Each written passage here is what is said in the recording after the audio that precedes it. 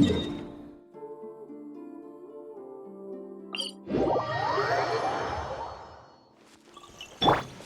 throttle!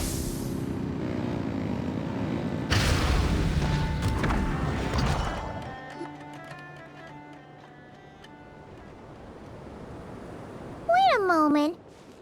Is it just Paimon, or is this stall kind of suspicious? It's never been here before, right? No, I don't recognize it. Alas, your free and easy adventure time is over. Now, prepare to face the final boss of Nod-Krai. Whoa! Where'd that voice come from? Not sure, but it's definitely hostile. No, not that way. The final boss is right here. The sniffer mole? That's the final boss? Surely not. Also, Okay, the jig is up. I'll stop teasing you. Turn around. I'm right behind you. It seems I've managed to leave quite an indelible impression, even though you've never seen my face. Ah, nothing could make a great mage more pleased with herself.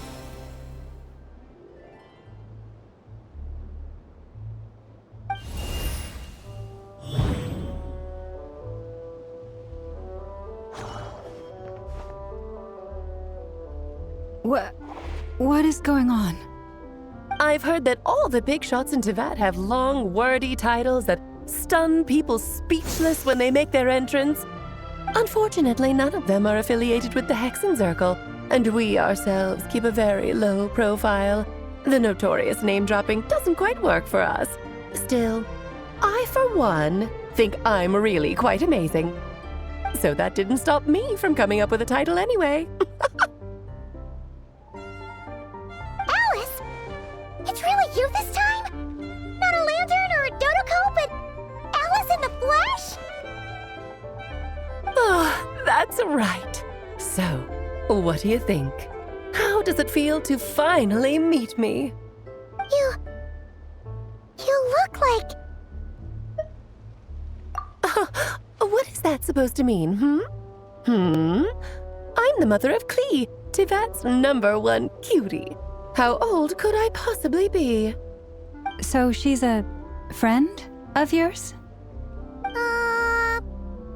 Kind of. This is actually the first time we've seen her in person. I see. Madam Mage, that was, quite a powerful entrance. I certainly won't be forgetting it anytime soon. It's okay, Lauma, don't force it. Paimon will do the honors. This is Alice from the Hexen Circle. She's a friend of ours, and of Arcus, too. That's right. She's a good person, just kinda unpredictable. Well, what is the human heart if not unpredictable? If we could not do as we please, how would we differ from machines? I am Lauma, Moon Chanter of the Frost Moon Scions.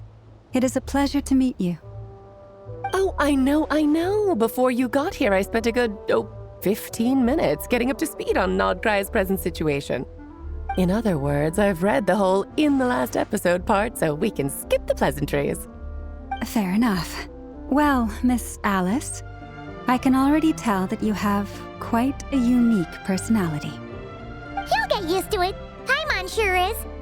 So anyway, what are you doing in Nod-Krai, Alice? Oh, I thought I told you already. This time, I'm the final boss. And what a formidable foe I shall be. Powerful, confident, decisive, and good luck finding my weak spot. You will never succeed. Oh, drat! My one weakness, and you found it in an instant. Fate has been dealt a devastating blow. Thus falls the great Dodo King. Why are you playing along with this nonsense? For funsies, of course. What's wrong, Paimon? Are you disappointed in me? Am I a gigantic letdown? No, it's just... you seem like a busy lady. And this is the one time you've shown up in person. Paimon figured it would be for something more high stakes than just goofing around. You're quite right. I'm here in Nod-Krai because something big happened. Something big enough it caught the attention of the Hexen Circle. It concerns the 3 moons, Tevat's borders, and of course, the moon goddess you are currently searching for. Kind of. Why don't we discuss this over a pot of tea? My main reason for coming on this trip to Tevat was, of course, to have some fun. But I do technically have a job to do as well, namely, maintaining the stability of Tevat's borders. I'll skip over the complicated parts, but to sum it up, abyssal energies are all that lie beyond Tevat's border. We'd find ourselves in a real pickle if they ever made it through. And the phantoms you've been seeing are a sign that the border has been disturbed. Ah, no wonder they tend to show up around Moon Prayer Night. Is it because the real moon is now so close to us that its power can cross the border? In part, but only a negligible amount passes through. Just enough to influence the verdant crests and so on. And as you've noticed, there has been an unprecedented number of phantoms appearing this year. The influence of the moon beyond the border cannot explain this. No, there is another far greater factor at play. The trilunar syzygy. A trilunar syzygy. Eons ago, before the heavenly principles came to Tevat, it was the then 3 moon goddesses who controlled the laws of this world. Oh, that's exactly it! The 3 goddesses split these powers amongst themselves, promising never to consolidate them into one singular body. This was meant to keep the world stable. But, fast-forwarding to the present, the eternal moon's marrow is with you, while the iridescent moon's marrow, which should never have appeared in this world, has been retrieved. Add that to the presence of a moon goddess in the flesh and... the power of all 3 moons is gathered here in Nod-Krai. There hasn't been an event like this since the War of Funerary Flame. And it's having a noticeable effect on Tevat's borders. Because I wish to give my darling daughter a peaceful, sunny environment to grow up in. Is that a good enough reason? Kinda sounds like you're dodging the question, but it does make sense. Well, that's one reason anyway, and the most important one. The others are a little complicated to explain. For instance, cleaning up after dearest Miss R. Albedo could tell you more about that if you're curious, but right now, I have a more important question to ask you. Why are you collecting the moon marrows? I see. Nicole told me about that legend once. Nicole? You mean Mage Anne? Oh, so you remember. Yes, of course. That was a story about fate, her area of expertise. But back to the story of our dear moon goddess. I'm afraid her intended method of returning to the moon is unlikely to work anymore. What does that mean? She may be missing, but she hasn't gone anywhere. She has disappeared.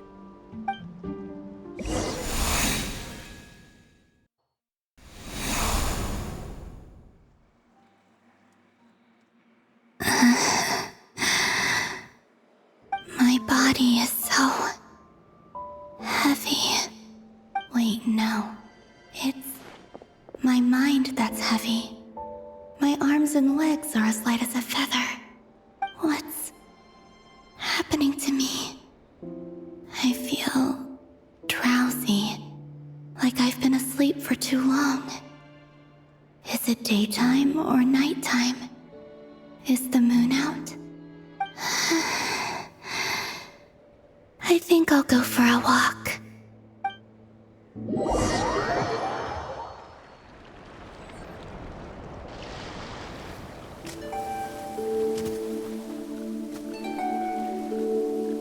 Are you out for a walk too? Huh?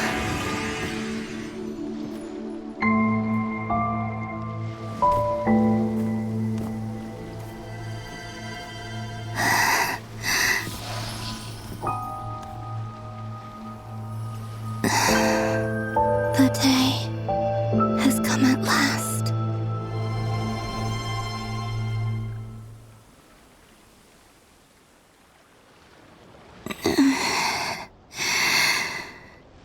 Have I grown so weak that I can't even sustain my physical form?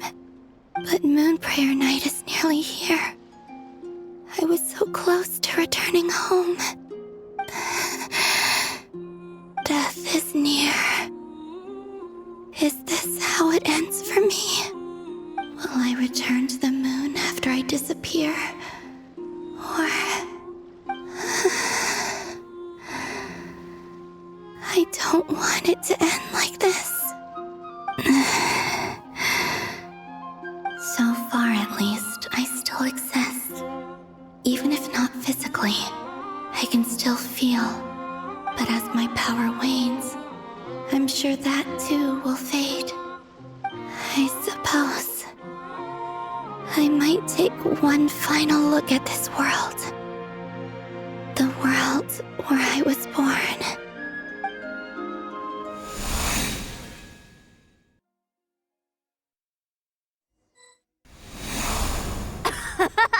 Come on! Come on! Wait for me! The Frost Moon Enclave. How much it has changed since I was born. These decorations, they're so heavy. It's times like this when you kind of wish men could be priestesses and acolytes. How fascinating. I've never had the chance to be privy to people's private lives in this way. In the past, people would get so solemn and serious the moment I showed my face. Like they were frozen stiff. Karina, Lametti, it's time to eat. Coming! I want to watch them a little longer.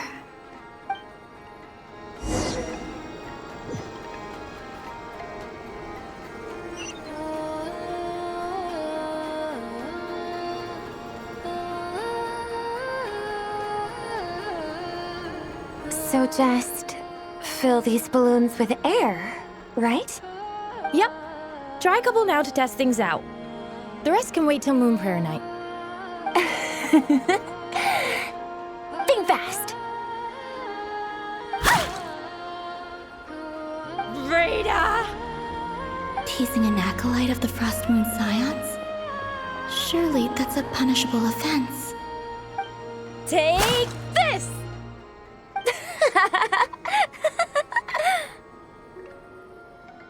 Huh? All right, enough horsing around. Lady Lauma gave us a task. We should get back to it. The task is just to check that the balloons don't leak, right? Doesn't matter if we fill them with air or water. Yeah. Okay, you got me there. And you got me there. But still, we can't use all the balloons before the festival even starts. We won't use all of them. And as long as Lady Lauma's trusted acolyte doesn't snitch, this can stay as a little secret between friends. A couple more can't do any harm, right? Oh, you menace. Then, think fast! Is pumping a balloon full of water really so much fun?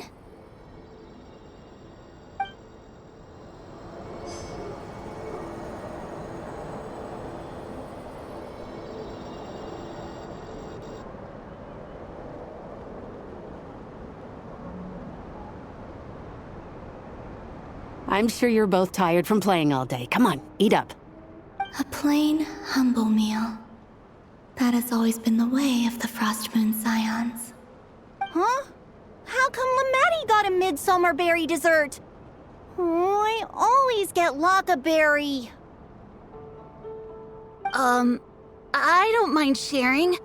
You can have a bite of mine if I get to have a bite of yours. They're sharing food? I've never shared food with anyone before. Even at the Harbinger tea parties, everyone just ate off their own plate. And when I couldn't finish my food offerings from the Frost Moon Scions, they'd leave the leftovers out under the moonlight for the animals to claim. Hey! That was 2 bites! Oh, then you can have another bite of mine. Oh, you too. Oh, don't fret now. Here, have some of Granny's too. So this is what it means to be family.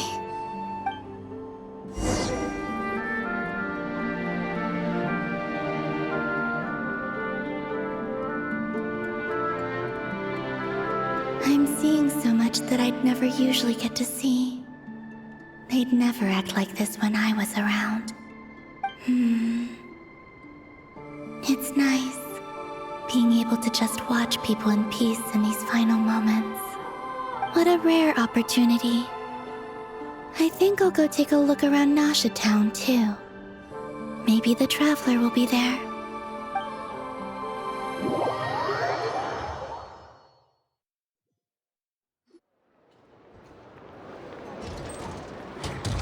After the War of Funerary Flame, the Moon Goddesses were no longer recognized by Teyvat. They lost the whole foundation for their existence. That's why the Moon Goddess's strength is fading. She cannot withstand the world's rejection of her. To be more pedantic about it, the Moon Goddesses did something to offend the heavenly principles, and that's why they were ousted. Something of a recurring theme in Teyvat's history. Theoretically, speaking so candidly should put me in their crosshairs too, but they can't tell me what to do. I'll say whatever I want. Anywho, the Moon Marrow energies were but a drop in the bucket for her, and that battle against the Ray Hair of Solnari only weakened her further. Fortunately, it happened close enough to Moon Prayer Night when the Kuvaki concentration here is high. That's the only reason she managed to survive this long. What do you mean, fortunately? You said she disappeared. We're too late. Ugh, what a headache. I thought this was all common knowledge. I guess I have some more explaining to do. Okay, buckle up. It's time for another lecture.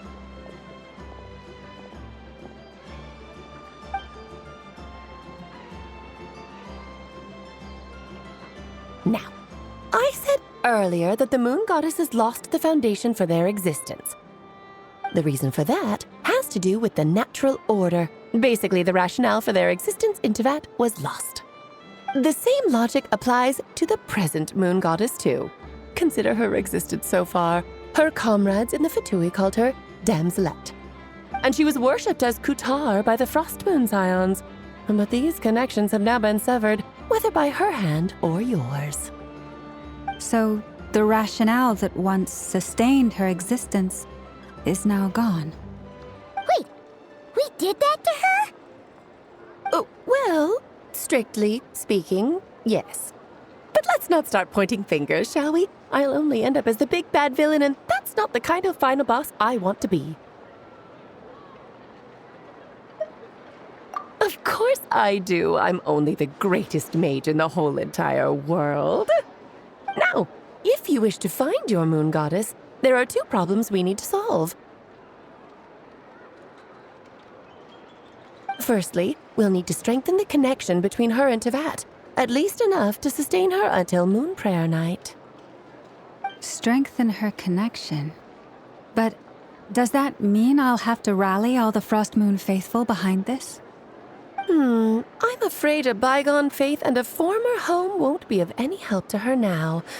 Do you know her name? Her name? Yes. Names are very important things. A name is a fundamental concept that anchors one's entire existence. Then your first job is to find it. As a Moon Goddess, I'm sure she must have a name she identifies with. Neither Columbina nor Kutar is her true name, And she's never really accepted either of them. So, finding out her real name is enough to sustain her existence? Yes, I know it sounds like a small step, but every journey begins that way. So for now, that's all we need to focus on. The second problem is with her plan to use the moon marrows to return to the moon. Unfortunately, piercing through the false sky will take an enormous amount of power. Given her current condition, she won't be able to provide anywhere near enough power, even if she recovers her physical form. But no need to fret. Nicole's the expert in this field, and I'm sure she'll figure something out. Wait, Mage N is going to help us out too? That means we've got 2 Hexencircle mages on the case. This is turning into a pretty big deal.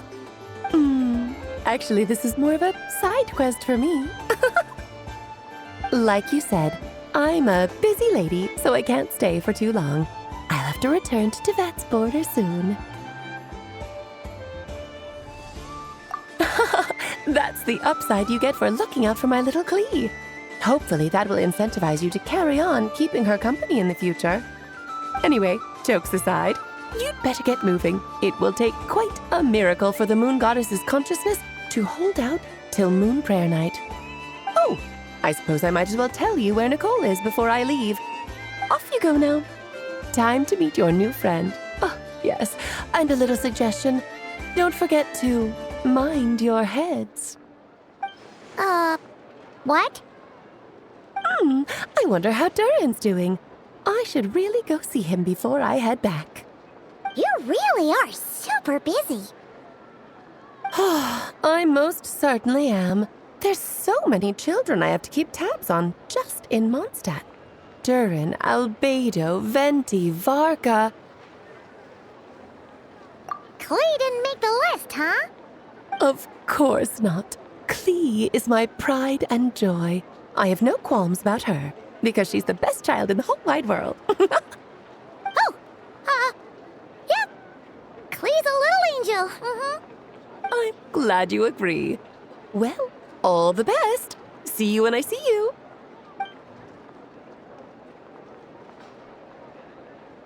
She left in a hurry. Yeah, she didn't pack up her stall. Should we handle it for her? I must say, I'm now very curious about her daughter. Klee, wasn't it? What's she like? That's a long story. Come on, we'll fill you in as we go.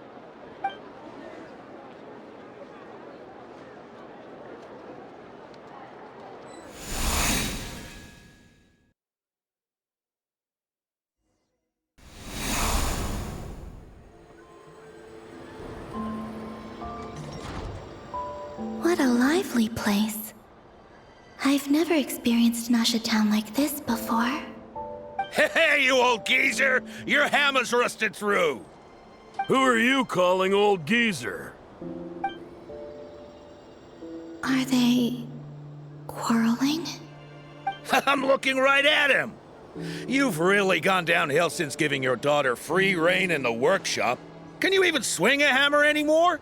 It shouldn't take you days just to fix a single chair! You might as well use that hammer to massage my back for all the good it's doing. Don't run your mouth, or you'll get a back massage that'll put you in bed for the rest of your life. Look, the materials haven't arrived yet, all right? You know how busy it gets in the days before moon prayer night. I'll bet you send all the materials to your little princess.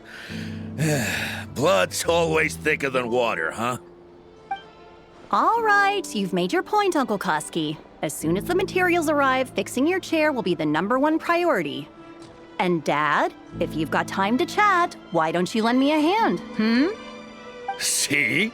Lolka knows what the score is. I guess they're friends. But the way they spoke to each other was so ugly. Then again, it wouldn't be the first time I've seen something like this. Columbina! Sing outside my door in the middle of the night one more time, and I'll unscrew your vocal cords. You hear me? Oh, Zandrone. So that was her way of trying to be friends with me. What a pity.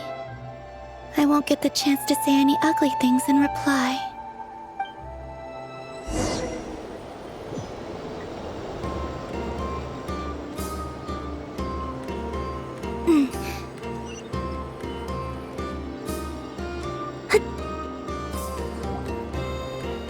Hey, have you decided what to give her for Moon Prayer Night? I sure have. She's gonna get the surprise of her life when she's least expecting it. Then I'll whip out the ring and pop the question. The surprise of her life. What a fun turn of phrase. Cool, I get the picture. You can spare me the gushy details. Ooh, looks like we have a customer. Hello there, ma'am. Would you like some Moon Prayer Night candy? Huh? Is he talking to me? Can he see me? Here you go.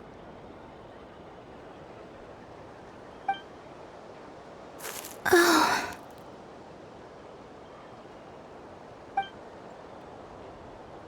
Come back anytime. Right. Now, where were we? I don't know why, but I still held out hope.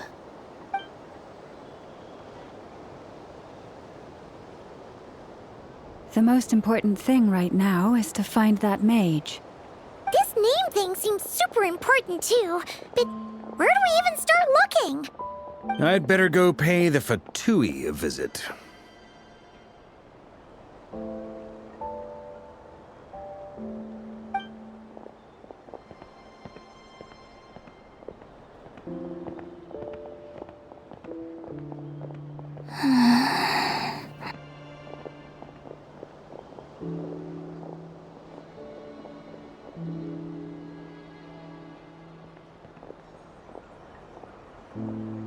Columbina?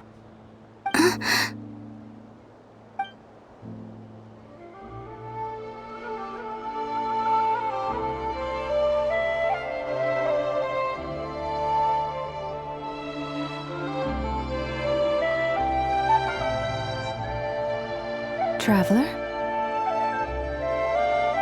Let's go! This is no time to be spacing out!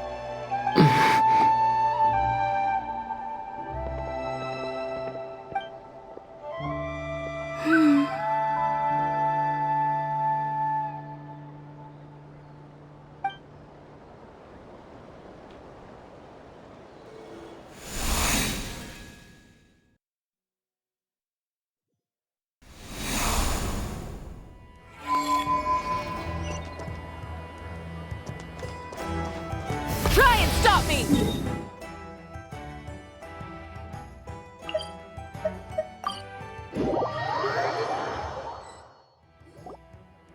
Where are they going? They mentioned a mage and a name? So, Mr. Varka, are you acquainted with this Nicole? Or should I call her Mage N? Not really. We've never met, though she has come up in conversation. From what I've gathered, Alice kinda took Nicole under her wing. Taught her how to speak in a more ladylike fashion, that kind of thing. Huh. Hard to imagine Alice as an etiquette coach. Yeah, Alice is a larger-than-life personality, I'll give you that. But then again, that's why she's able to draw such an eclectic mix of people into her inner circle. If I remember correctly, being an interesting person is actually one of her main entry requirements. So, if you ever wanted to join the Hexenzirkel, I'm sure you'd both be eligible to apply. Hey! Don't go around making promises on Alice's behalf! I wouldn't dare. I'm just trying to paint a picture of the Hexenzirkel for you. Okay, sure. Anyway, since none of us have ever met Nicole, how are we supposed to find her? We can't just go up to every woman in sight and ask, "Hey, are you Nicole?" Maybe something she's wearing will give it away? Like, a windbloom pinned to her chest or something. Wait a minute. Alice never said Nicole was from Mondstadt. Oh, true.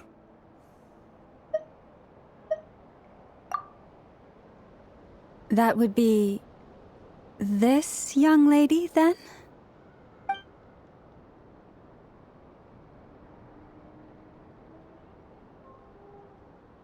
Hey there! Sorry to disturb you, but... are you Miss Nicole? Varka, Knight of Boreas of the Knights of Favonius. Alice might have mentioned me before. Mm-mm. Ah! Have we got the wrong person? Sorry. Well, this is awkward. When I shook my head, I meant, no, Alice hasn't mentioned you before. Huh?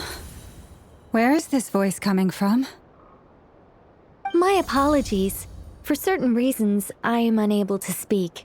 This is the only way I can communicate with you. It might take some getting used to, but I hope you can understand. Hey, it's fine. I'm more shocked by the fact that Alice never speaks about me. I mean,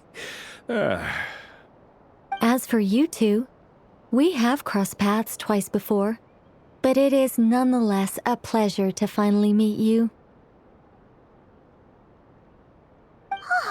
It's really you! Thanks for all your guidance in the past! You're quite welcome. This time, things are different. We have reached the unwritten pages of the story. You might say that we stand at the crossroads of fate.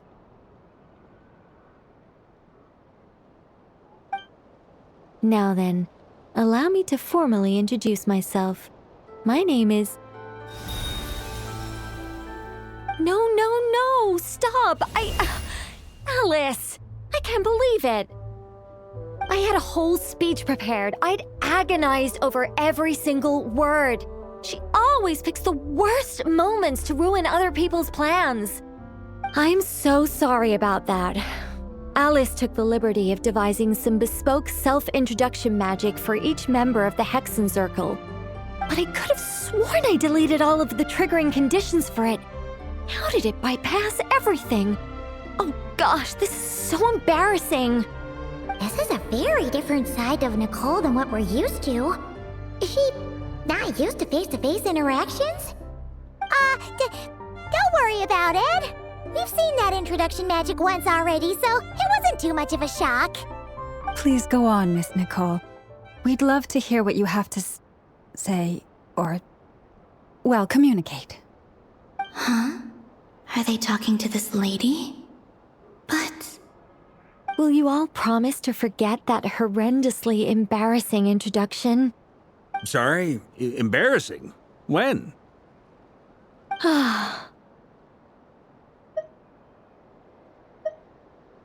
Yes, my name is Nicole, and I am one of a very few angels who have retained both their preferred form and their power. The Traveler and Paimon should be no strangers to this concept. There is another of our kind in Natlan. They call her the Lord of the Night. All right! Paimon remembers her. Yes. Well, I have retained more of my power than she. It's because I don't have a long-term duty to fulfill. To be more specific, no. We'll be here all day if I get into the specifics. Moving on. If I'm not mistaken, you are here because you wish to learn how one might reach the moon beyond the sky. That's right. Is that something you can give us any guidance on? Yes, I do know a way. It began with the Hyperboreans, who lived after the War of Funerary Flame. Blank looks. Maybe I should start with the background of the war. Or maybe not. It shouldn't be an issue. I'll fill in the gaps for you when we have more time. Anyway, after that war ended, the three moons retreated to beyond the false sky. The Hyperboreans were humans I once aided. They accepted the civilization and creations bestowed upon them by the angels. But despite accepting many blessings of the angels, many among them still held on to their faith in the moons. They were reluctant to accept the new order, even after the War of Funerary Flame. They sought to contact the moon goddesses beyond the sky and receive their guidance. But all three had passed away by that point.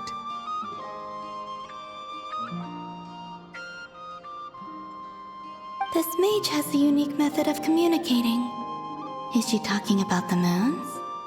Yes, but they did not know. And so, still they prayed for the moon goddess's mercy. After building titanic structures that consumed vast amounts of Kuvaki, at last they glimpsed the moons and heard their voices. But of course, they were gravely disappointed, for it was then that they realized the three moon goddesses were dead. Oh, that's such a sad story. It is. Humanity was in a very sorry state at that time. The angels who had once aided them were gone, and the War of Funerary Flames had left them homeless and destitute. Just a second, I gotta ask. How relevant is all this history to the task at hand? Well, I mean, it's... Okay, it seems we've drifted into irrelevant narrative waters. It's been a while since I've had the chance to speak inside someone's head. As soon as I got started, I lost control and the words just flowed out like a waterfall. What I'm trying to say is... Right, yes, that's it. The relevant part is the ritual created by the Hyperboreans. The fact that they bypassed the false sky and saw the true moons implies that they successfully built a connection between Teyvat and the outside world.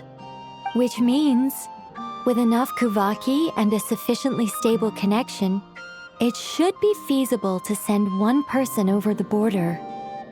Okay, so they built some kind of portal? Oh, yes. A portal. Yes. Is something wrong? You sound disappointed. I just didn't expect you to summarize it so well. It turns out I could have said all that in one word, if only I'd managed to think of it. No, please, it's fine. This is invaluable knowledge. I'll be sure to record and preserve everything in writing. Oh, really? Well, in that case, I suppose I could backtrack and add some more detail. I did gloss over a few things so far. Whoa, time out. Let's summarize what we've got first. The Hyperboreans were the last ones to use this method, right? So we somehow need to find whatever structure they built and make sure there's enough Kuvaki to power it up. Luckily, we have the moon marrow of both the eternal and iridescent moons, so we're all good for Kuvaki. Which means the key issue we need to focus on is finding the place. Am I right so far? Yes. Although I expect the structure is long gone by now. That said, what if we could take advantage of the phantoms to travel back to a time when it still existed? Well, travel back isn't quite accurate. It's more like we'd be creating a handshake between 2 points in space-time. We wouldn't even have to pick a time when it still existed. It could just be a time when it still appeared in phantom form via projection, or we could project our own phantoms, fold them together, and... You look lost. Was that too hard to follow? Yeah, things got a little, technical there. Paimon's brain is reaching capacity. All right.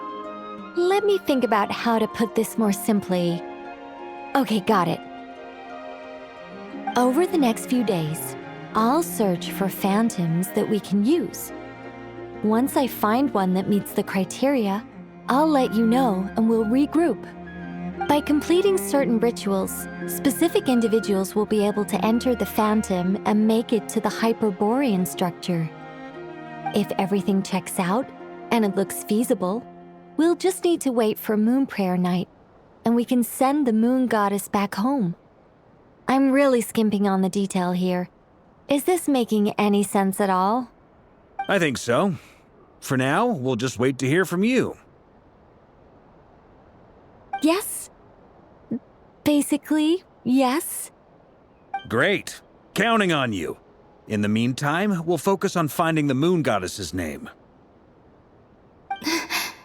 My name? Are they looking for a way to stop me from disappearing? Excuse me, Miss... Go on, Miss Nicole. This conversation was a little all over the place. I didn't catch your name. I am Lauma, of the Frost Moon Scions. Ah, I did wonder. I noticed that you listened very intently when I spoke about Hyperborea and the moon's history. If you'd be interested, I'd love to visit you this evening and go through it again in greater detail. Also, if you were serious about making a record, it would be too risky to simply write down the raw details as is. I would suggest some tweaks. Maybe rewrite the stories as fairy tales or fables, perhaps even prayers. Anyway, we can cross that bridge when we come to it. So, see you later then? Oh, and no need to prepare anything. Just a cup of tea will do. See ya! She seems friendly. It's just...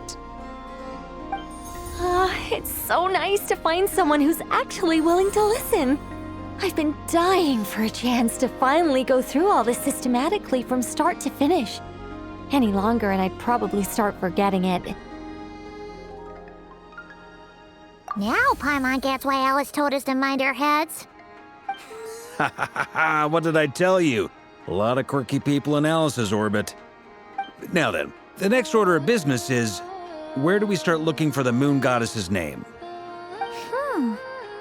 Maybe the rest of what Nicole has to say might give us some clues. Once I've heard her out, I'll summarize the salient points and share them with you all. I'm also inclined to review our other documents. Yes, our faith was first established by our Hyperborean ancestors, but many of the more factually accurate records are from after Kutar's birth.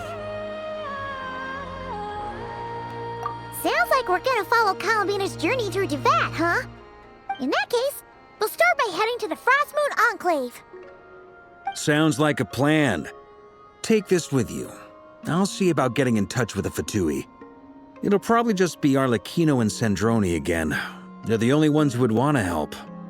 Thank you, Mr. Varka. Ha ha ha ha ha, don't mention it. Honestly, I'm more comfortable dealing with the Fatui than prying into the details of a young lady's childhood. Catch you later. I should follow them, just in case there's some way that I can help.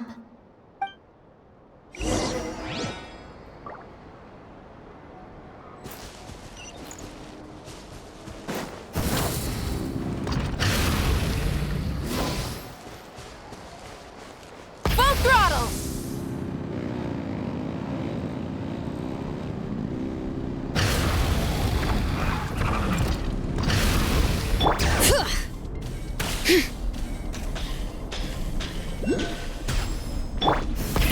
Rev the engine! A while ago, I took the time to organize all documents in our possession that pertain to Kutar. What you see here is the material I consider reliable. You're saying there's unreliable material too? Yes. Most of the information we have was transmitted through an oral tradition. Inevitably, some of her stories were mythologized and deified over the years through countless retellings. That's why I organized them into reliable and unreliable. There's no sense seeking answers in history unless we can ensure the veracity of the historical record. Makes sense. All right, let's take a look through.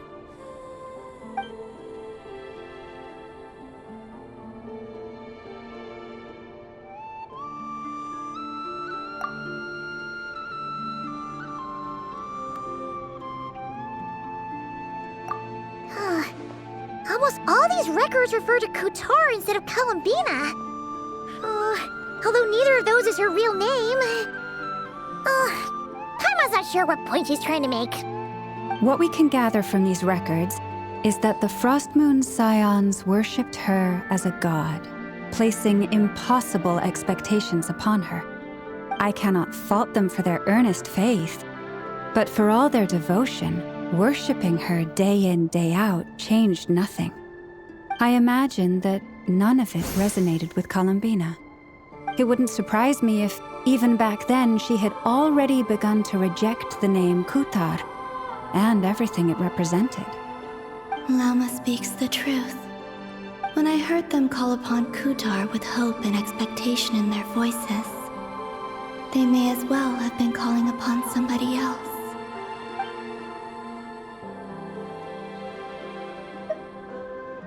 Well, that's a bit complicated. I looked at the level of detail, perceived authenticity, prose style, and how realistic their portrayal of Kutar seemed to be.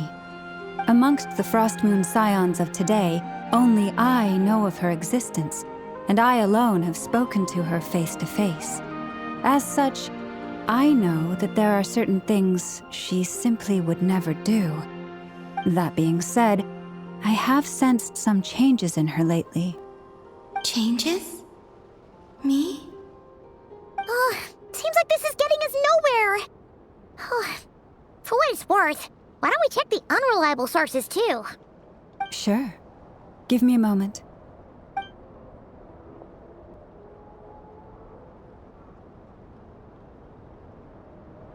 Exerting but a fraction of her divine might, Kutar sheared a great mass from the snow-capped mountain and cast it into the sea, upon whose surface shone the mirror image of the moon. Thus was formed the island of Hisi. Yeah, right. That doesn't even begin to pass the sniff test. The 3 moons are naught but lies through and through. Only one moon has ever shone for us, and Kutar is her name. The vast majority of ancient texts are filled with fanciful tales like these. I trust you understand my criteria a little better now. Kutar did not speak, merely gazing into the distance in silence. And where her gaze landed, this was her prophecy. Clearly, whoever wrote this text never even met Kutar. Otherwise, they'd know that her eyes are always closed. What about you, Traveler? What are you reading? Come on, let Paimon see. The child wished to build a wooden nest with which to shield a fledgling bird from the cold. But being so young and lacking in strength, the child could not snap the branches from the trees. Kutar was passing by. Upon seeing the child, she summoned forth a Kuhenki, who built a beautiful nest for the child. I remember that. Not knowing the meaning of Kutar's divine intervention, the child dared not to respond, and thus ran home to call their parents. But Kutar was gone. The moon chanter declared the event a miracle and took the nest as a relic, placing it on high for all to see. The child was named as one favored by the goddess and was greatly respected amongst the people. Yet, no further miracles were bestowed, and this matter was forgotten in but a few years. Huh. Any thoughts after reading that? Yeah. Columbina probably just wanted to join the kid in making nests. Ah. I'd originally considered this a fabrication, because Kutar did not perform any similar actions in subsequent records. But now that I think about it, it does seem like something Columbina would do. It's just that... She didn't know how other people would interpret her actions. She was probably worried about making things difficult for people. And so, she gradually stopped joining in. Yes. Oh, that's so sad.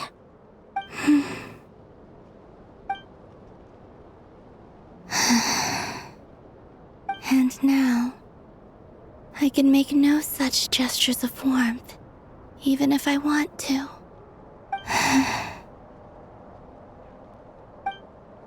Still no name. That's a bit of a shame. But we did learn some interesting stories. That's gotta count for something. Barca said he was gonna set up a meeting with Arlecchino and Sandrone, right? Let's go back to Nashi Town and see how he's doing.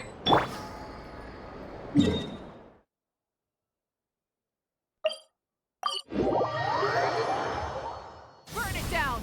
Try and stop me!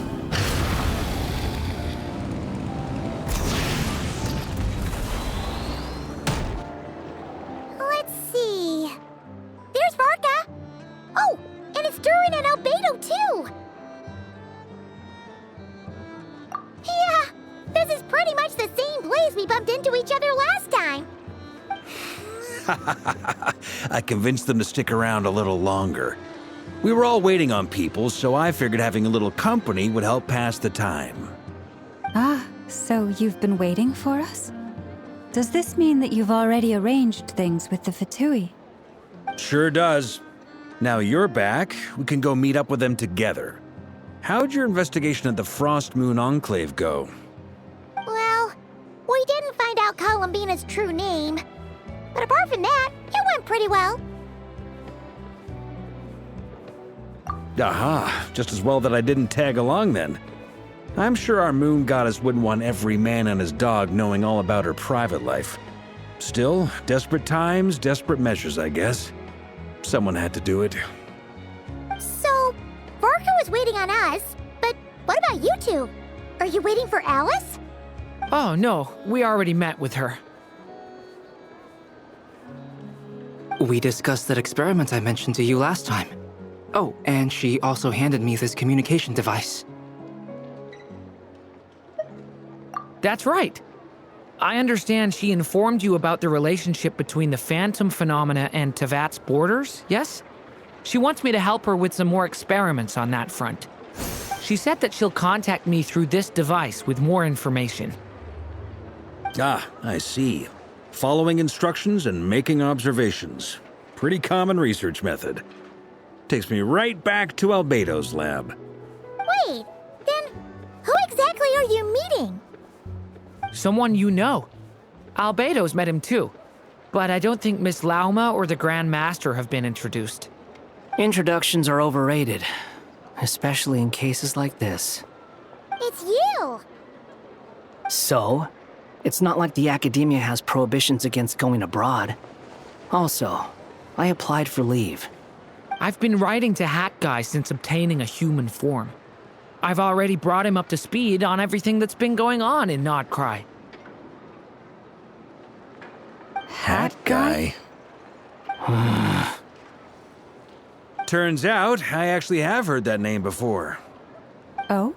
Then why did you react the same way I did? I only knew the name, not the fella. But since we're all here, let's do some introductions for what it's worth.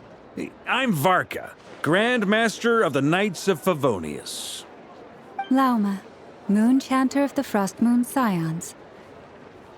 And I'm a Driosh from the Vahumana Darshan of the Sumeru Academia. Hat Guy.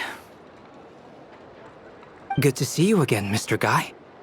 I believe we last saw each other on the boat ride here.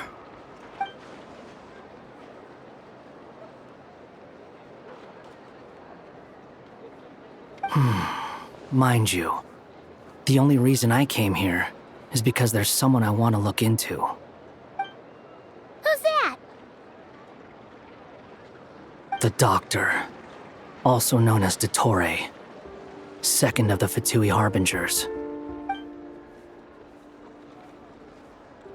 From the tone of your voice, it sounds like there's bad blood between you. I was reviewing our archives and noticed that a lot of information about him was missing. Left a bad taste in my mouth. That's all there is to it. Dottore, or Zondik, as he was then known, once studied at the Academia, but he got kicked out before he could graduate.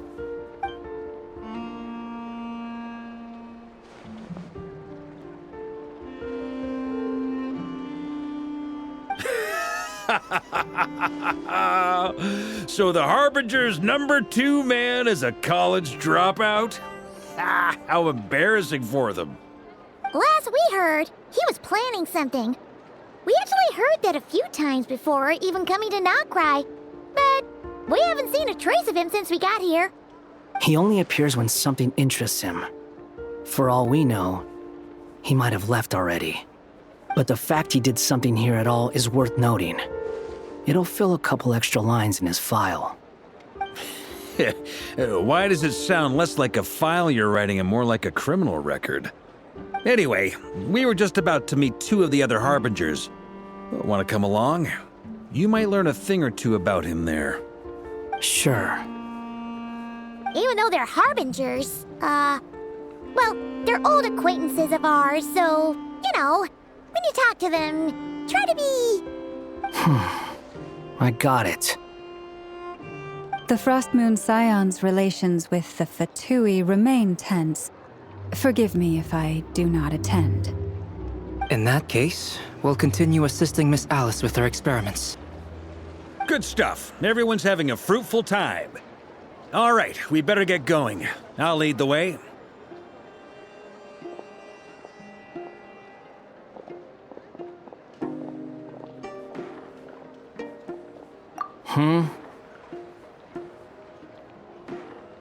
Well, yeah. That's obviously part of it. But I'm not the only one who has a score to settle with him. Neither you, nor Lesser Lord Kusanali, nor I want to see him meddling with things again. What's the hurry? Don't worry. Pigeons always know which way home is.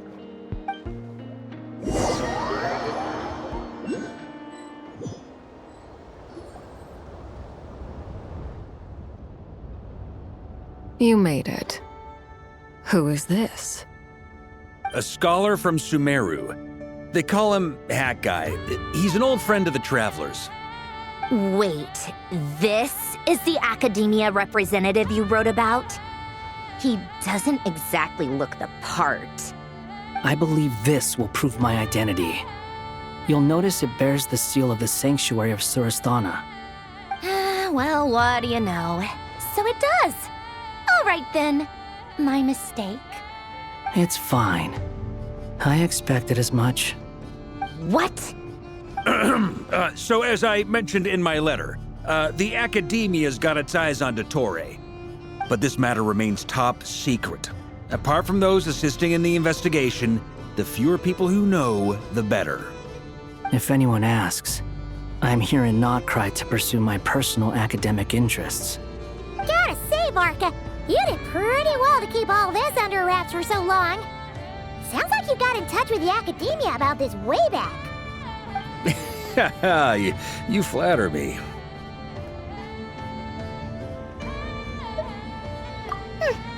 Where do I even start? Remember that time we fought Rerir at Star Sand Shoal? He sure let me have it then, didn't he? I'll bet Dottore had that all sketched out, with me as his convenient little pawn. He could not care less about us if he tried, but hey! The feeling's mutual. Does Dottore really strike you as the sort who values his relationships with his colleagues? Fair point. Definitely not. Which is why I always keep my guard up whenever he starts making suspicious moves. To that extent, our motivations align. On top of which, I consider you trustworthy people. Now, back on topic. In the wake of the Reikir of Solnari episode, Sandrone and I grew suspicious about Dottore's complete inaction during the entire affair. So we tried to find out what he'd been up to, but unfortunately to no avail. He never lets anyone in on his plans. The more he cares about something, the more secretive he gets. Indeed. Perhaps he believes that by keeping a low profile, he can avoid trouble. But that trick isn't going to work on his colleagues. Yeah, I mean, he's been researching the ancient moon's remnants. And he's been trying to get his paws on the moon marrows.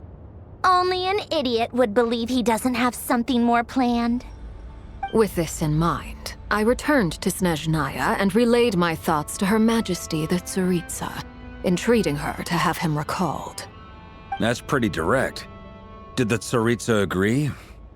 Yes.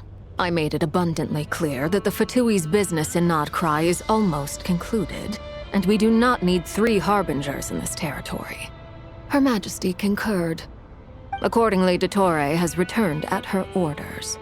I imagine he is continuing with experiments, which no one besides he would ever have any interest in. Common sense might mean nothing to him, but he's not stupid. He knows that no good can come from opposing the Tsaritsa. Smarts alone won't get him all the way. He needs the Rooster's resources and Regrator's Mora, both of which the Tsaritsa can strip from him by waggling a finger. But doesn't he have a track record of publicly following orders while going against them in private? He probably has it down to a fine art by now. Wouldn't put it past him. We worked together on a research project once. Only briefly, but it was enough to show me that we're fundamentally different people. He has no interest in doing things methodically, stage by stage. His thoughts jump all over the place, and the moment his curiosity is satisfied, or he gets the results he wants, he disappears. The only similarity we share is that, once we set our minds on doing something, we will see it done, whatever it takes. Well, we definitely saw some of that in your battle with Rerir. You got so competitive. Ugh, do not remind me. Then I believe we all concur. Dottore will not simply give up. Fantastic. Now this is turning into a whole day of unpleasant memories. Ugh. Are you talking about the moon marrow stuff? He also strikes me as the kind of person to disregard experimental regulations, ruin all the equipment, and go way over budget. Then leave the first person he can find to deal with the fallout. Exactly. This one time, he was running some high-temperature experiment and the substance exploded. But does he care? No. He orders his subordinates to open the device so he can observe the results, which causes the gas inside to leak out. That gas was poisonous! If I hadn't been there, who knows how many people might have died. And after all that, he left while I was still cleaning up after his mess. What a waste of time, he said. Waste of time? The nerve! He wasted my time! You've been bottling that up for a while, huh? Hat guy, I must say, you seem awfully familiar with internal Fatui affairs. Especially when it comes to Dottore. Thank you, Lady Harbingers, for providing such valuable information. I have no other questions for now, so I'll be on my way. Wait, what? You're just gonna leave? You're welcome to join if you want.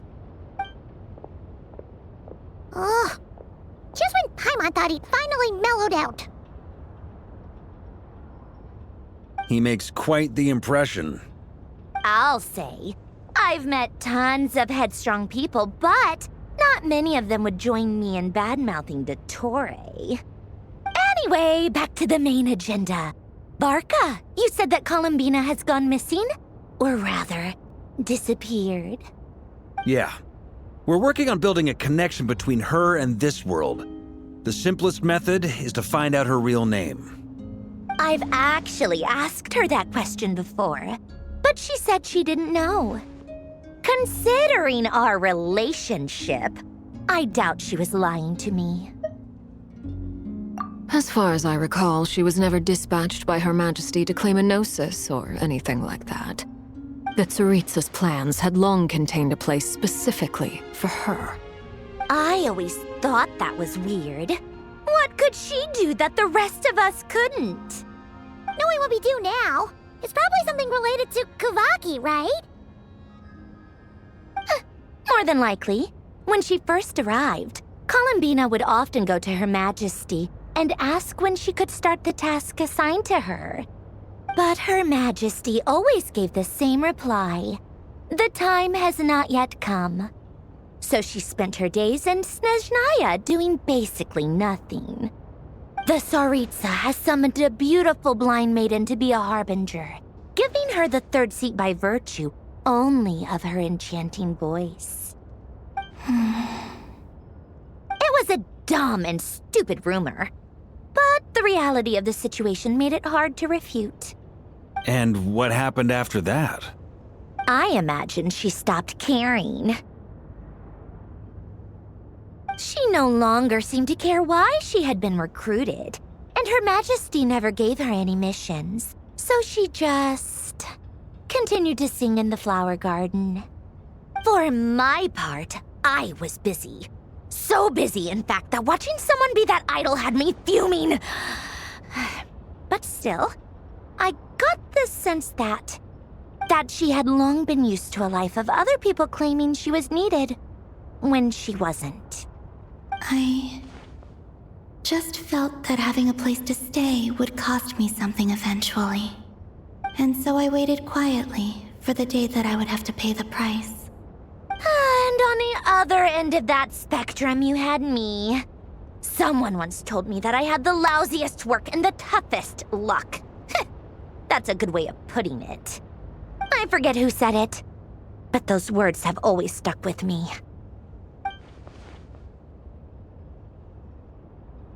But you've done your job exceptionally well all this time. Because at heart, you are a conscientious person. What is it? Something come to mind?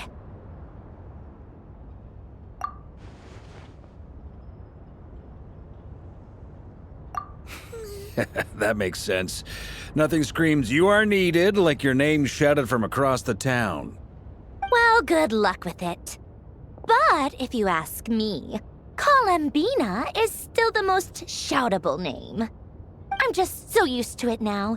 After all the arguments we've had, I can't be bothered trying to remember another name for her. Nor I. Sandrone. Harlequino.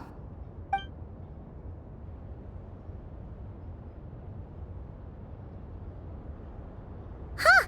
It's a Sealy! Does that mean Nicole has news for us? Ladies, I thank you for your hospitality. If the chance ever comes up, I definitely owe you both a drink sometime. I'm sure it will. You can make your own way out. Heck, you've been here enough times, you probably know your way around better than I do. Okay, time to do what adventurers do best. Follow that Sealy!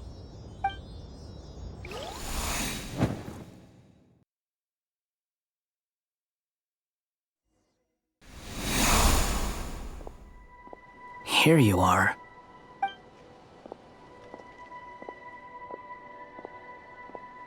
Oh, hat guy. How come you're back so soon? Did things go all right with the Fatui? Fine. Dotori's been summoned home by the Tsaritsa. Couldn't get much more than that. How about you? Any progress with the investigation? Unfortunately not. We've tried everything. Different phantoms, different locations, different points in history. But the results were the same each time. Abyssal monsters roaming the land. People crying out in despair, with no hope of being rescued. Every time I see it, I can't help but think, is this what it was like in Mondstadt when Dragonspine Durin attacked? And if I fail in the task I've been given, will I create yet another tragedy? That's just meaningless speculation. When we encountered similar phenomena previously, I tried to interfere with those illusions, using sounds and lights to guide them. However, we could not change their fates. At most, we were able to extend their existences. The events of the past are like fate that has been written into Irminsul. There isn't a living thing in Teyvat that can escape its past. But Miss Alice instructed us to try to find ways to change the outcome that these phantoms face. It's an impossible task. Can't you just refuse? Since she asked us to do this, I feel like it can't truly be impossible. Or if it is, well, mages can make the impossible possible. I could not have been born as Durin otherwise. But you also said that your past 39 attempts were fruitless. That's true. But you're still going. Yes. After this many futile attempts, surely you realize that you're not doing this because you still believe what some mage told you. It's because you want her hypothesis to come true. It's something you wish for deep inside. So, think for yourself about what you want to do. As long as you don't believe it's futile, it isn't. Yeah. Previous experience indicates that we cannot touch the phantoms, which limits the effectiveness of our interventions. If we want to clear this hurdle, we need to break this rule somehow. Same thought here. Following the same rules means repeating the same failures. Reducing ourselves to mere playthings of fate. So you mean we need to figure out a way to make contact with them despite knowing that we can't? Yes, and I suspect that's something only you are capable of. Everything in Teyvat is logged in Irminsul, but the withering that once occurred in Sumeru was a sign that the Great World Tree was being corrupted. This corruption allowed things that should not have existed in Teyvat to appear. This is tantamount to rewriting reality to an extent. You're saying abyssal power might be able to affect those phantoms? No one's ever tried it before. If you're gonna try it, it'll take courage. And you have to be confident that you can control it. Is anyone there? Has anyone seen my daughter? She's missing. I have to find her. I hear someone inside. Spargana? Are you in there?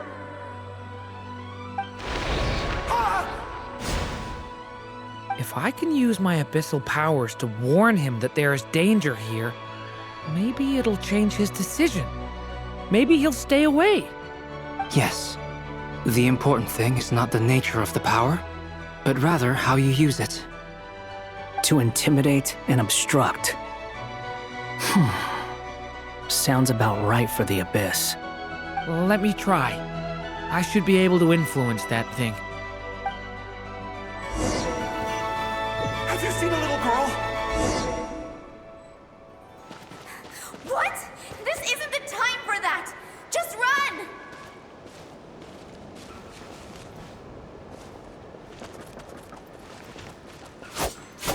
I hear someone inside. Spargana? Are you in there?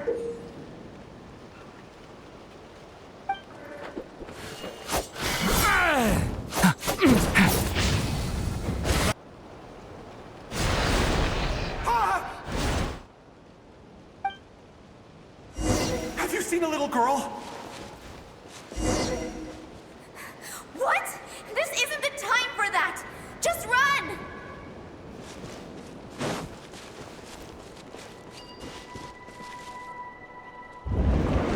I hear someone inside. Spargana? Are you in there? What is this? Looks dangerous. I should get out of here.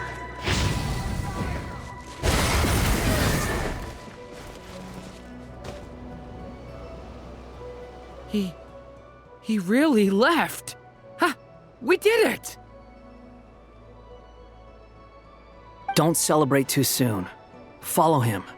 See what he does next. Monsters approaching from the front. You need to stop them and create an opportunity for him to hide.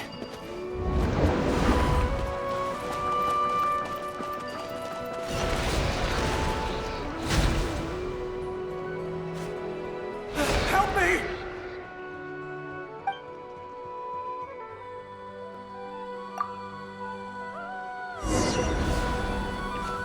Monsters approaching from the front. You need to stop them and create an opportunity for him to hide.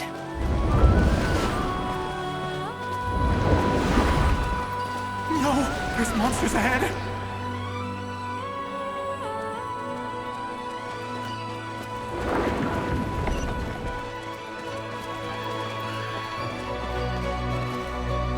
Wait, is that the barrier I saw earlier?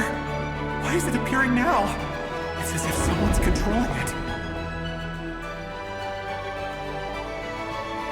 The monsters are gone. Is it safe now?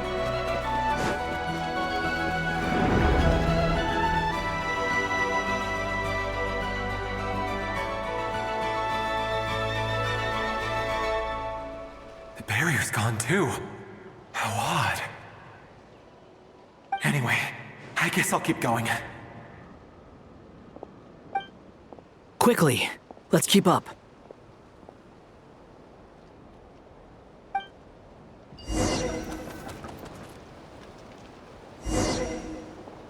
Wait, there was someone else here?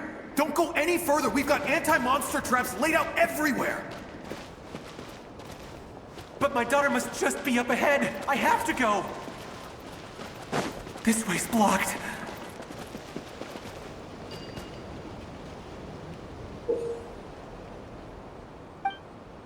We might be able to use the explosives over there, but we need to take care not to hurt him. I'll use the barrier to keep him at a safe distance.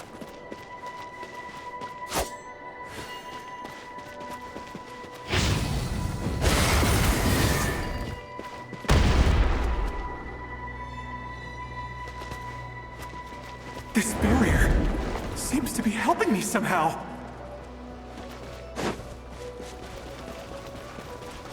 Hey, wake up! Oh, no good. Gotta keep moving ahead.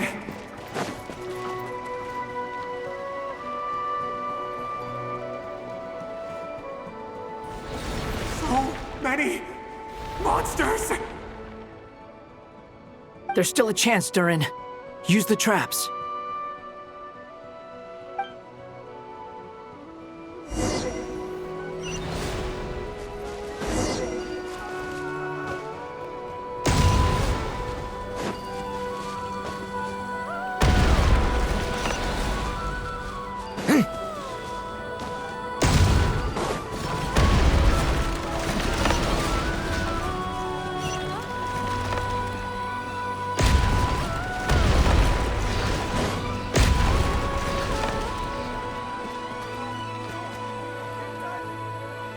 This is a new development. I've never seen this happen before.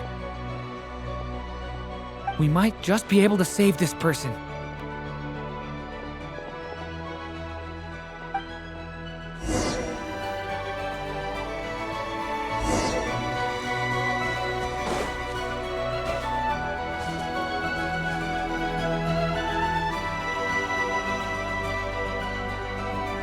Hello there. Have you seen my daughter?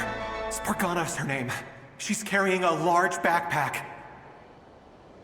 Get out while you still can, you fool. You won't find any survivors here. But I can't just leave her here.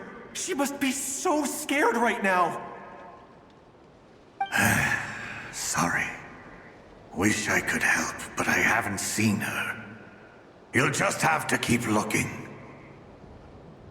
Okay, thank you. If I do find her, I'll get her to shelter and come back for you. Don't bother. I've got nowhere left to go.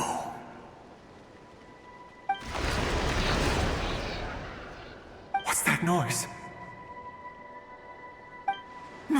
Monster!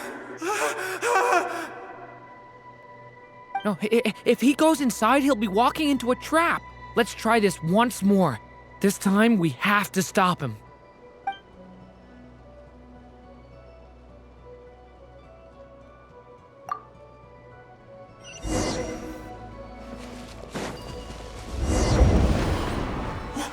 Why?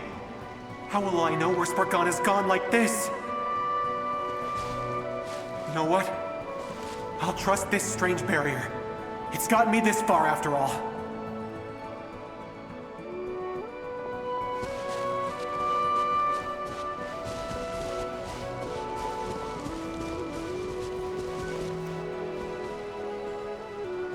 Spargana, are you there?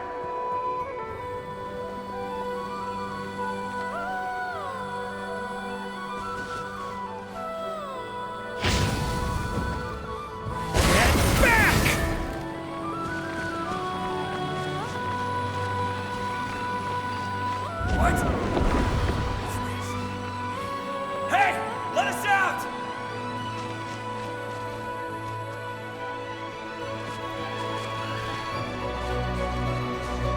Hey!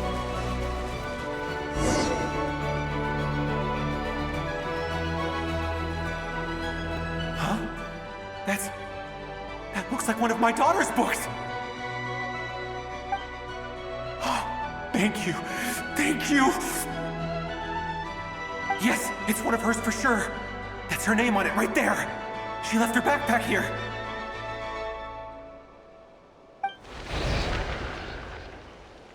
Durin, just like last time. Use the explosives.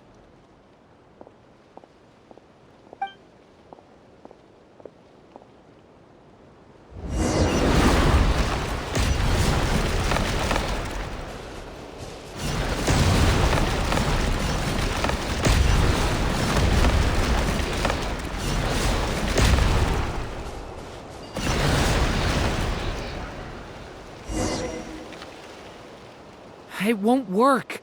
There's not enough left. If he makes it in, he'll die. But then, this clue could be the key to him finding his daughter. It might not be the only one. Better he misses that clue than loses his life. I guess so.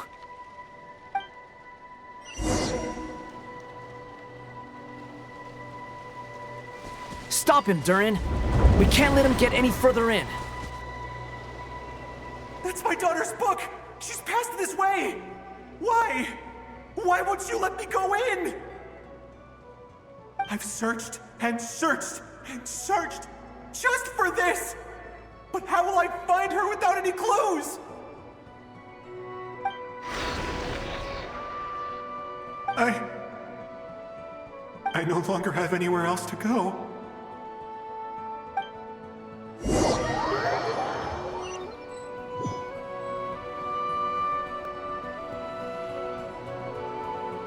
I'm sorry. I'm so sorry. He refuses to go anywhere else. Whether he opens this door or not, all that awaits him now is death. We couldn't change his fate. Albedo? Hat Guy? Let's try one more time. I don't know how we're gonna do this, but I don't want to give up either.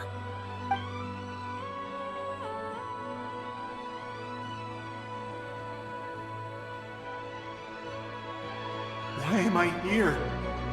What's going on? All these scenes running through my head. Where are they from? Huh? What's going on?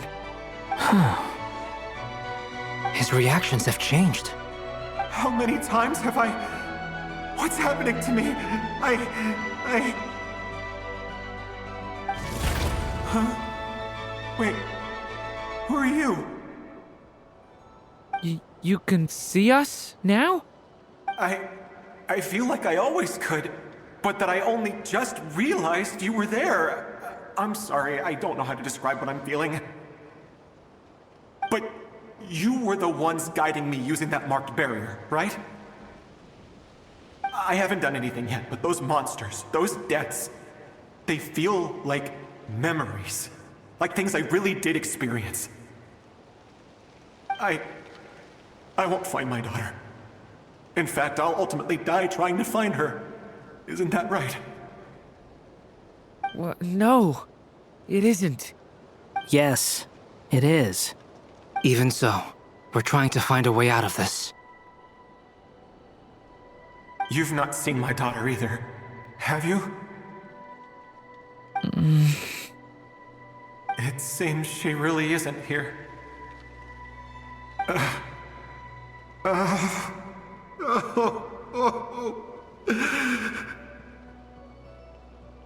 I'm sorry we couldn't help you.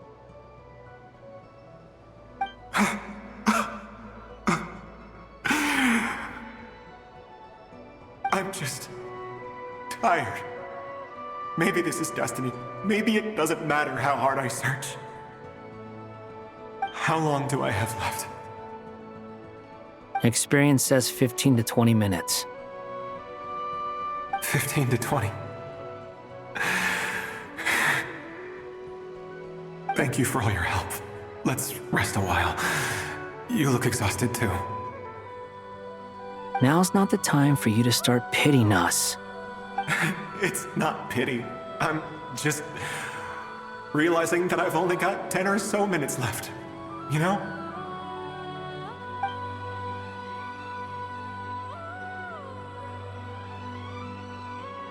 You say you're from Mondstadt, yes? A place with windmills, where people enjoy limitless freedom? And you're from Sumeru, where they've built an academy into a giant tree? Yes. It seems you've never heard of either place. Those names are unknown to me, I'm afraid, yes. Have you heard of Hyperborea? I have, but I heard that it was destroyed in the distant past. I see. That was where my ancestors once lived.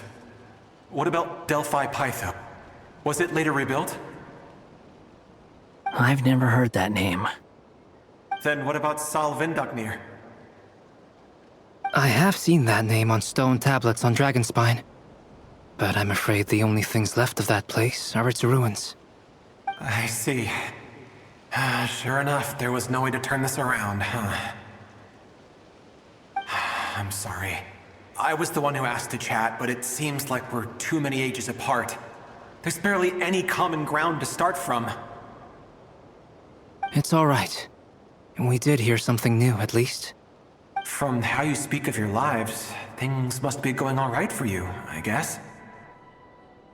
They are.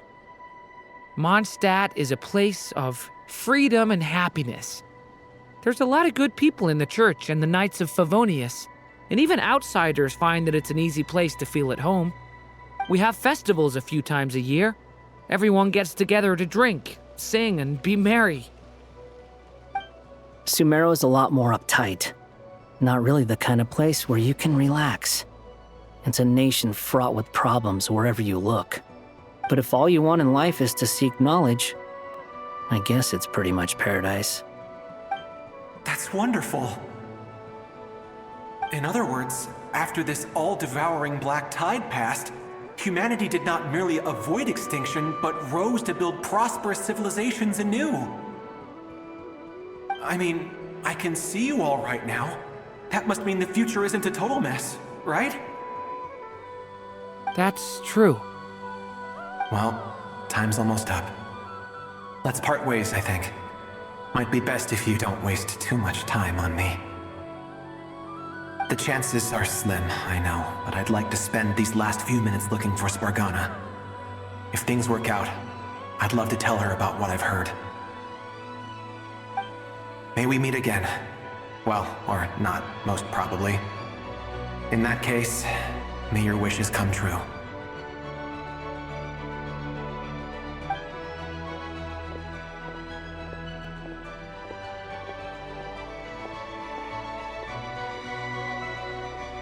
He's gone.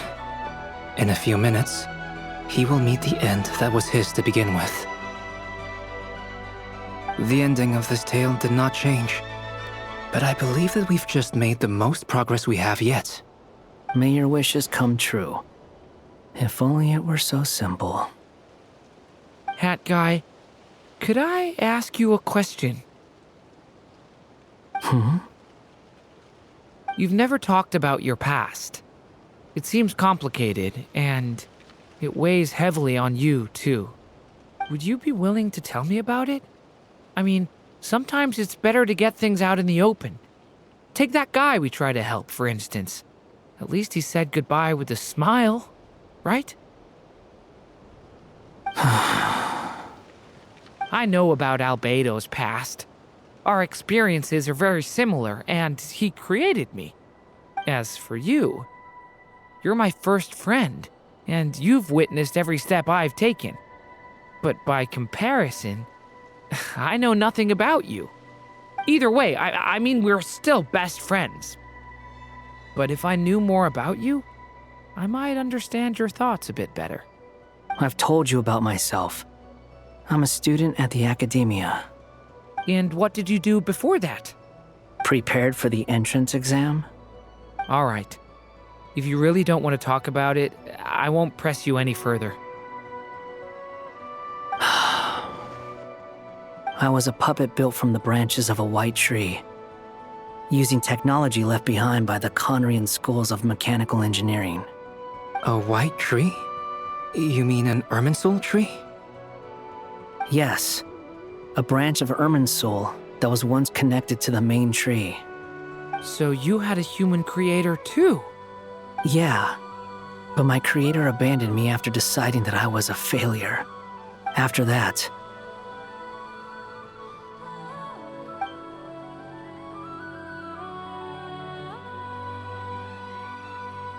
Durin, resisting the influence of the abyss, suppressing the urge to destroy, trying to do the right thing. None of these things are easy, but no matter how hard they are, trying to rewrite past wrongs is far harder. You asked me if you would create a new tragedy if you failed. I told you there was no point speculating about that, but the real answer is, yes, you absolutely will. That guy. But at least you've got people here to help steer you away from the wrong path. So, just keep aiming towards the light. I will. I promise. All right, break time's over. Hello? Durin speaking. Hello, friends, it's me. What have you been up to, I'm detecting some unmistakable fluctuations here at the border.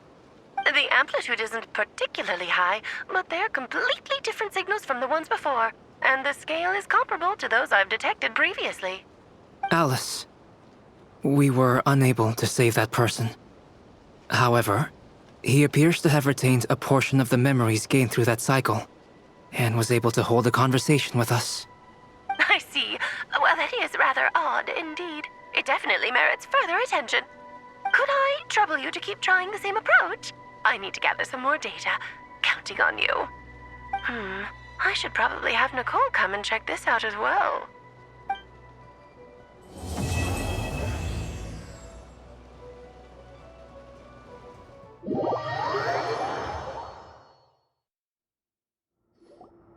There you are.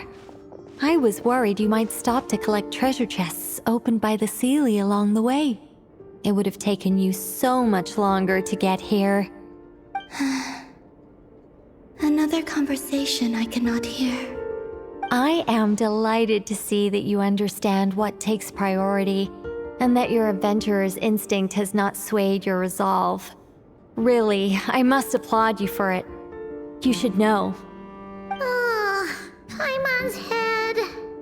Okay, I'll try and keep it short. My senses are telling me that this is where we shall find the entrance to the ruins. Oh, cool! Well, what are we waiting for? Let's open it up and see! Patience. This was a sanctuary of great importance to the Hyperboreans. A special process is required to open the gate. Oh! Like the place that housed the Eternal Moon's marrow?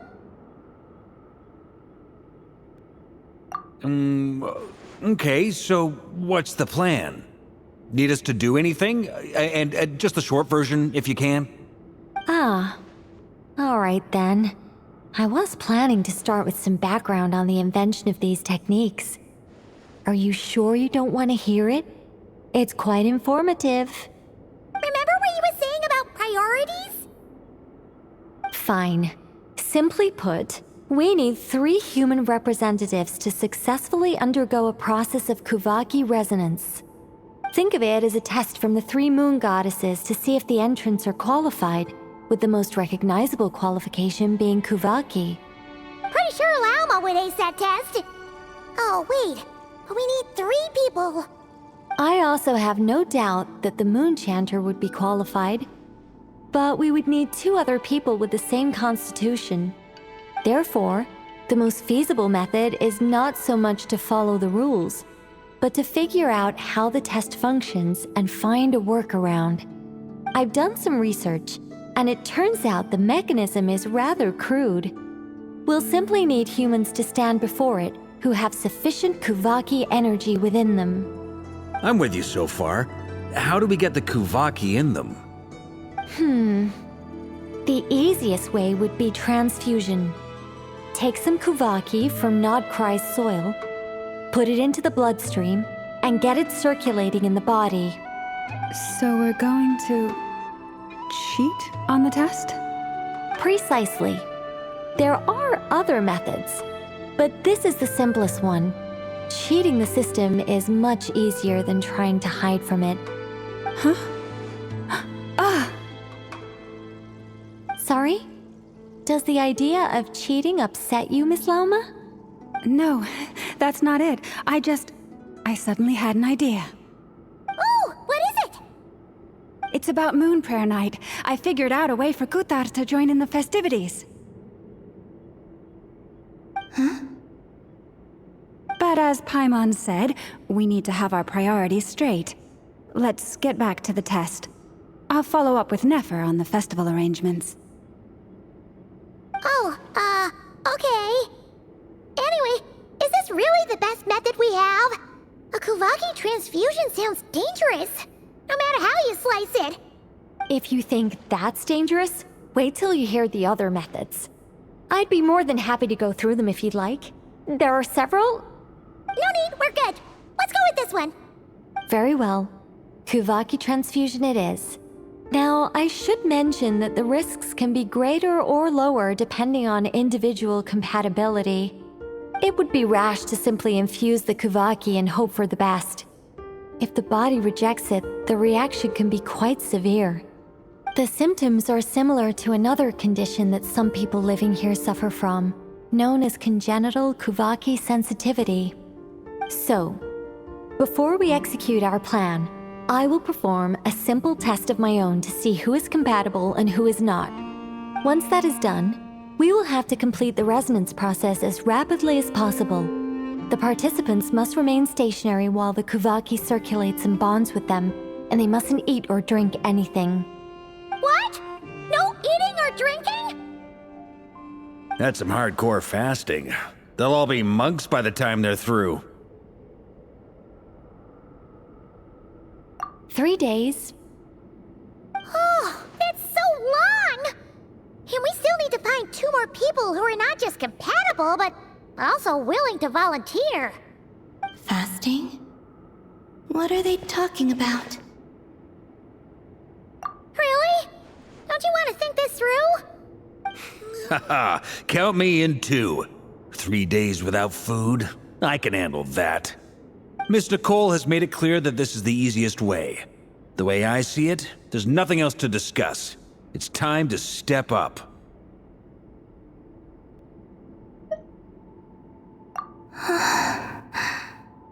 Yeah, you're right. In that case, Paimon volunteers to be captain of logistics. She'll keep the fires lit and grab some spare clothes to keep you comfortable. Then we'll start with you first, Traveler. Please step forward.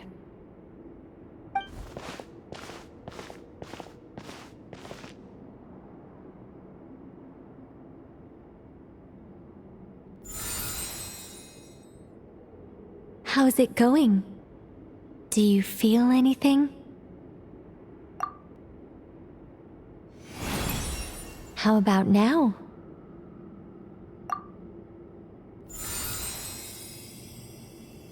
And now?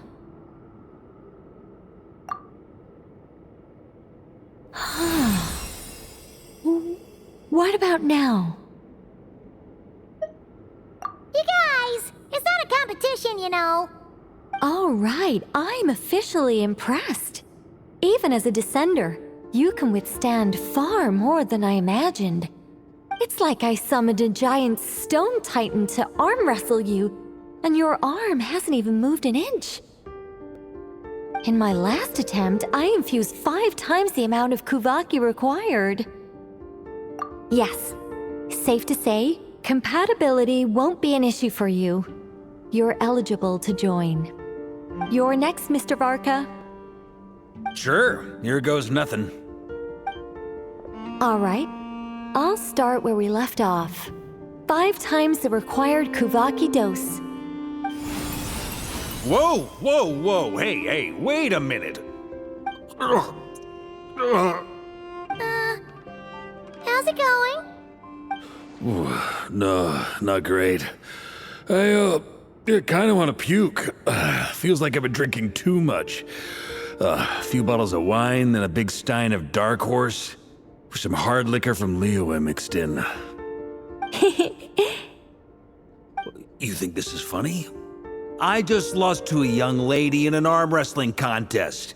I'm never gonna live that down. My apologies. I'll lower the concentration and try again. Oh. How's it going now? I'm not as dizzy as last time, but I can still feel it pulsing around. In that case, you wouldn't be an ideal choice, Mr. Varka. Let's try someone else. Okay. Let's go ask some of our other friends then.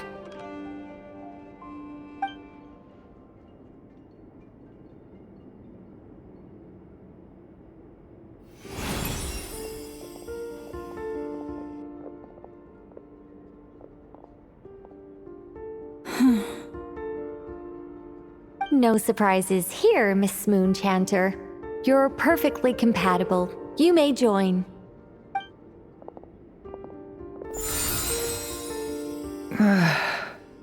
I'm getting a slight headache. Shame. You were so close. Whoa! I'm itching all over! Allergic reaction. We can't have that. Huh? Well, are you gonna start or what? The Hexenzirkel is an organization that cares for and protects children. We will not have them do dangerous things. Not even tests.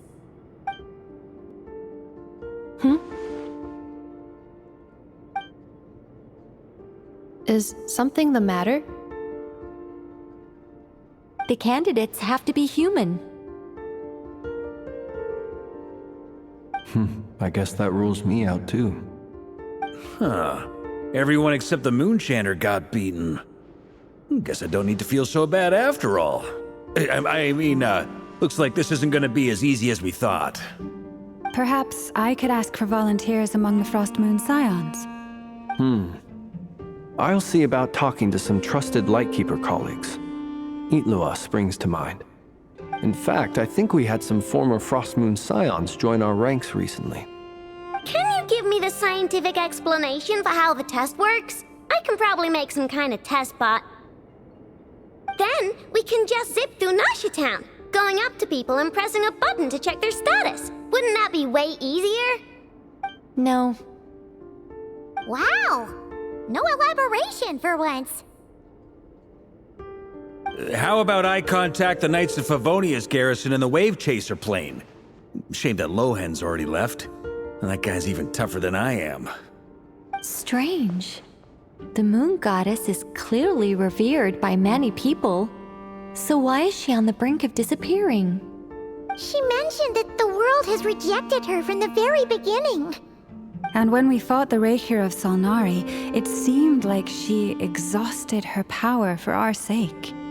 Also, Paimon's not sure revered is the right word for how people feel about her.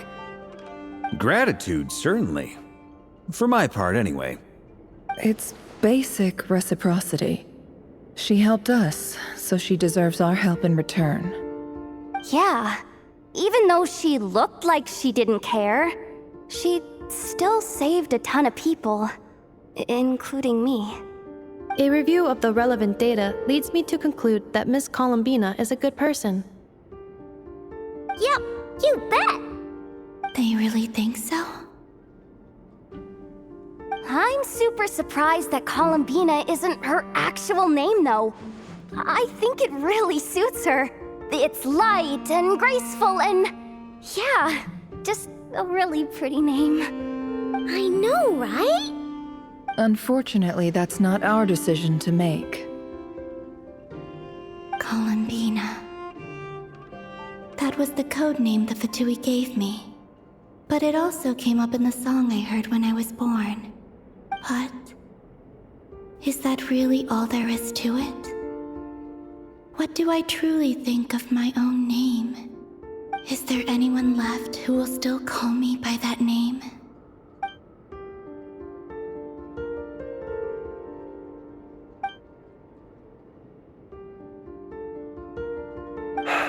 Moonprayer Night is getting closer by the day. We're running out of time. We need to look for other candidates. Then allow me to try. Huh? What are you doing here? You contacted your friends via the Adventurers Guild. Sandrone has been keeping an eye out for something like that, so she informed me. Since I have the ability to accommodate a moon marrow, I should prove to be a suitable candidate. Arlecchino. When can we begin? I see. We can begin right away.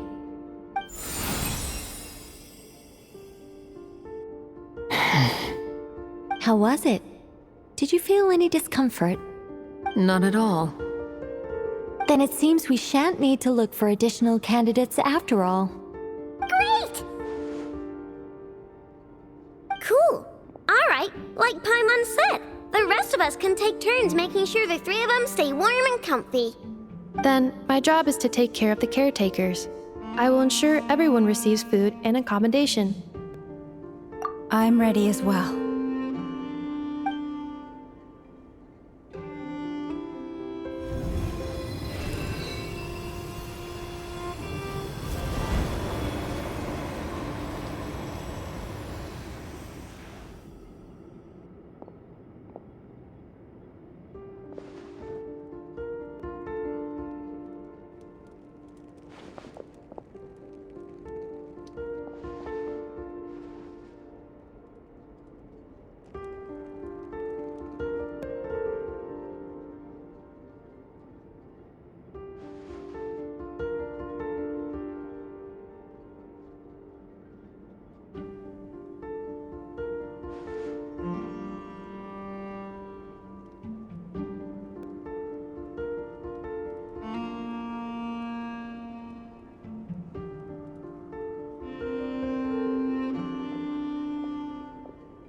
The work is done.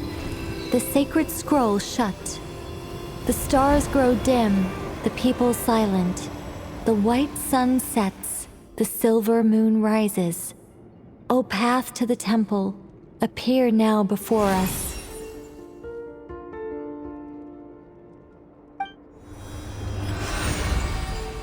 Wow! It really opened! So that's what all this is about. They've been trying to open this gate. Come, let us enter. It might be best to eat something first. Take care to chew properly and swallow slowly. It will give your body time to readjust to the digestion process. They will head in soon. They will need to enter this gate.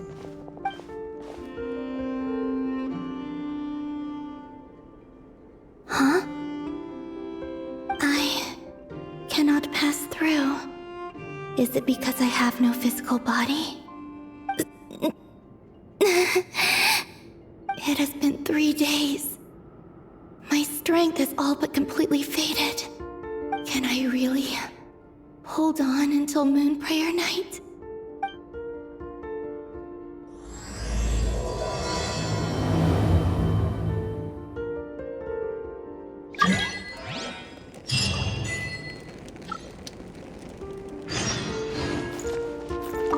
I have confirmed that you are all in good health. With that, my work is now complete. Congratulations are in order. It's good to know you're all well. Puts me at ease.